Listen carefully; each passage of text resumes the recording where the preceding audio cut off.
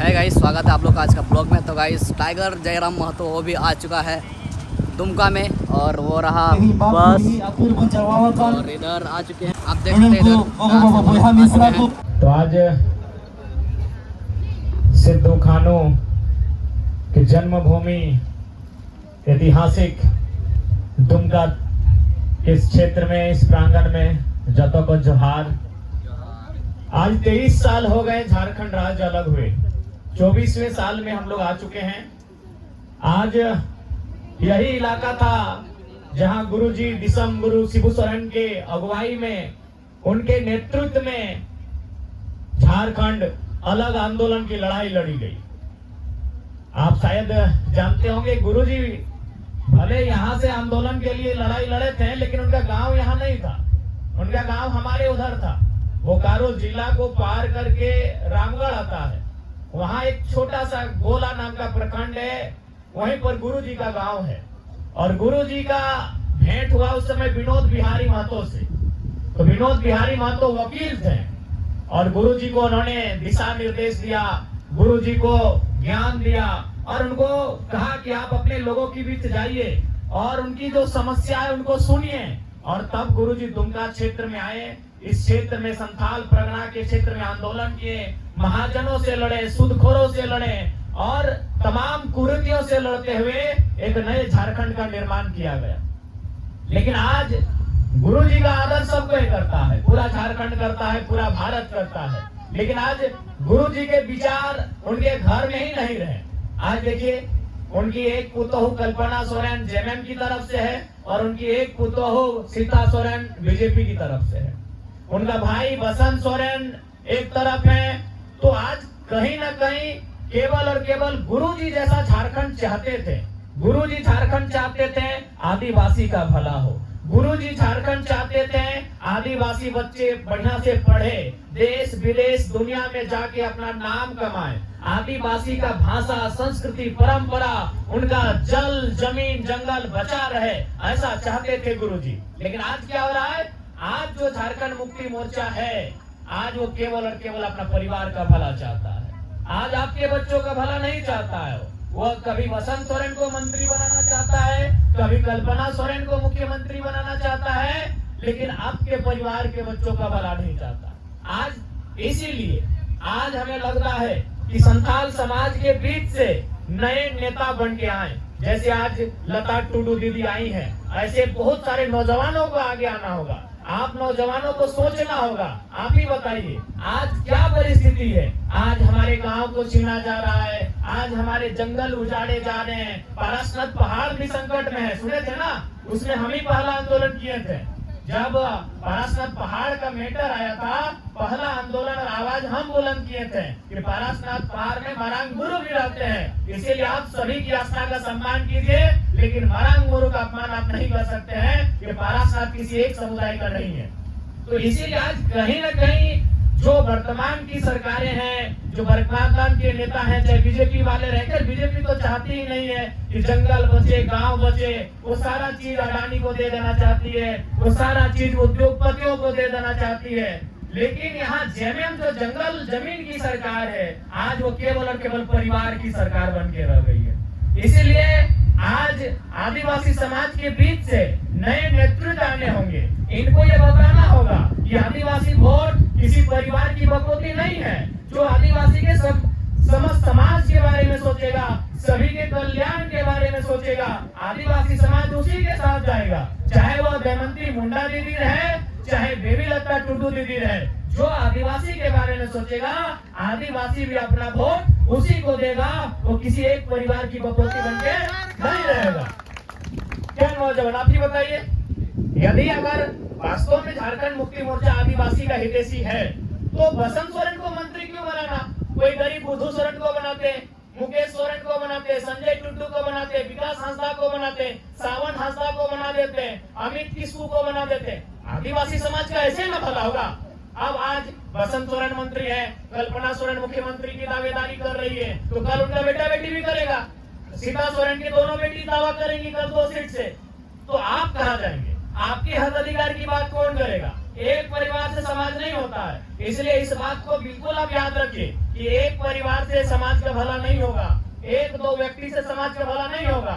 इसलिए आज आपको नए नेता बनाने होंगे, नए लीडर तलाशने होंगे, और नए लीडर आपके बीच हैं। बेबी लता टुडू आपके बीच है, रांची से दमयंती मुंडा आदिवासी समाज की बेटी है, आपके बीच है।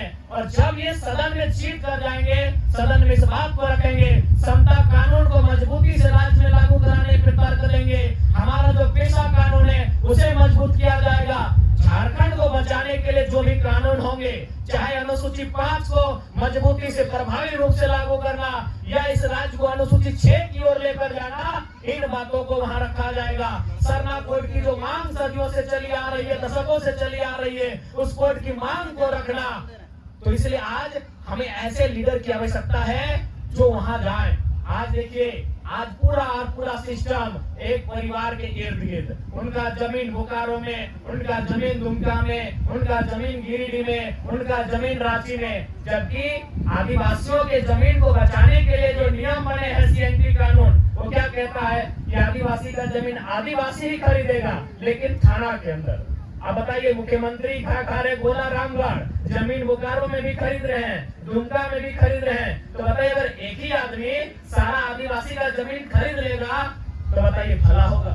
नहीं होगा। इसीलिए आपको आदिवासी समाज का अगर हम बात करें, भला तभी होगा जब लीडरशिप की क्वालिटी हर एक गांव तक पहुंचे, जब लीडरशिप की क्वालिटी हर एक प्रखंड, हर एक जिला तक पहुंचे, तभी किसी समाज का उन्नति होगा। तो हम, क्योंकि आपके बीच जो समस्या आ रही है रेल, बिल्कुल ये जमीन हमारी है, ये जमीन हमारे बाप दादा ने खुदकट्टी करके, कोड़ करके इस जमीन को तैयार किया है, पहाड़ को काट के तैयार किया है, नदी नाला को मतलब सफाई करके तैयार किया है, जंगल झाड़ी को साफ करके जमीन तैयार किया है। इसीलिए रेलवे अगर गलत तरीके से हमारा जमीन लेगा, बिल्कुल उसका विरोध हम लोग सड़क में भी बैठ के करेंगे, धरना में बैठ के करेंगे, और सदन में भी अगर जीत के जाएंगे तो बेबी लता टुडू आपकी आवाज बनेगी और सदन में भी इस बात को रखेगी। और आदिवासी समाज को लड़ने के लिए कोई सिखा नहीं सकता है। आज हमारे आदरणीय जयपाल सिंह मुंडा क्या कहते थे? वे जब संसद में गए थे, उन्होंने कहा था कि अध्यक्ष महोदय, आप आदिवासियों को लोकतंत्र की परिभाषा मत सिखाइए। जब दुनिया में लोकतंत्र आया नहीं था, तब से आदिवासी समाज में लोकतंत्र चलता आया है। तो आप हमको आदिवासी लोगों को मत सिखाइए दुनियादारी, आप हमें लड़ने के लिए भी मत सिखाइए। अरे जब अंग्रेजों ने पूरे भारत में अपना आधिपत्य जमा लिया था, तब लगातार झारखंड से आदिवासी लोग विरोध किए हैं। उनके तोप का मुकाबला हमने तीर और तलवार से किया है कि नहीं किया है? बताइए। आज यही दुमका की धरती, यही सिद्धू कान्हू की धरती, आज इसी धरती से हमारे जो आदिवासी मूलवासी उस समय हुआ करते थे, उन्होंने हजारों की संख्या में जान देकर अंग्रेजों से मुकाबला किया है। तो इसलिए रेल आए चाहे कोयला आए, आदिवासियों का इतिहास लड़ने का रहा है। हमारा इतिहास अपने अधिकार के लिए लड़ने का रहा है। हम किसी से पीछे नहीं हटेंगे। अरे उतना तो छोड़िए, बिरसा तो लड़े ही लड़े, सिद्धू कान्हू लड़े ही लड़े हैं। एक इस देश में गांधी हुआ करते थे। अरे गांधी आधा धोती पहन के और लाठी से अंग्रेजों से लड़ गए, तो हम किसी से कम नहीं है। इस बात को केवल याद रखिएगा। गांधी का देश है, एगो लाठी, गांधी बाबा एगो लाठी लेके अंग्रेज से लड़ गए। अंग्रेज के पास बड़ा बड़ा बंदूक था, अंग्रेज के पास इतना बड़ा बड़ा बम था, अंग्रेज के पास इतना बड़ा बड़ा तोप था, और गांधी बाबा एगो लाठी लेके लड़ गए। तो हम लोग किसी से कमजोर नहीं है। बस हम लोग हिम्मत कीजिएगा। ये जमीन, ये जंगल, ये पहाड़, ये गांव, ये खेत, ये खलिहान, ये सरकार की नहीं है, वो हमारी है। सरकार कब बना है बताइए तो? 1947 में। अच्छा बताइए, क्या हम लोग 1947 से यहाँ रहते हैं? पता नहीं कब से रहते हैं भैया। तो सरकार का कैसे ये गांव हुआ, सरकार का कैसे ये पहाड़ हुआ? ये हमारा है, हमारे बाप दादा का है। इसलिए इस बात को याद रखिए। हम लोग सदन में भी लड़ेंगे और सड़क में भी लड़ेंगे। इसके लिए आप तैयारी कीजिए। भारत गांधी का देश है, भारत बिरसा का देश है। हम लोग कहीं पीछे नहीं हटेंगे। उनके तोप का सामना, उनकी गोलियों का सामना हम लाठी से करेंगे, किताब से करेंगे, कलम से करेंगे, लेकिन अपने अधिकार से समझौता नहीं करेंगे। तो ज्यादा समय नहीं है। हम लोग फिर हमारे बीच हमारी प्रत्याशी है बेबी लता टुडू।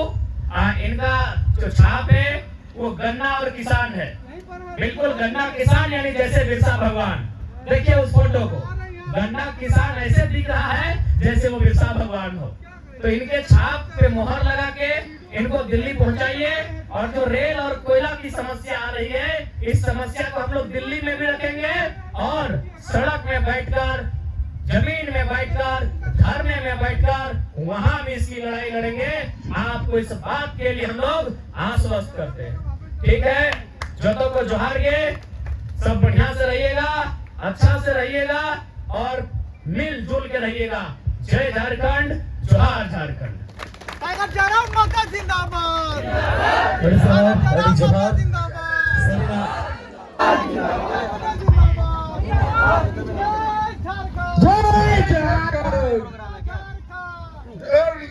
झारखंड लड़के लिया झारखंड, लड़के लिया झारखंड, जिंदाबाद जिंदाबाद जिंदाबाद।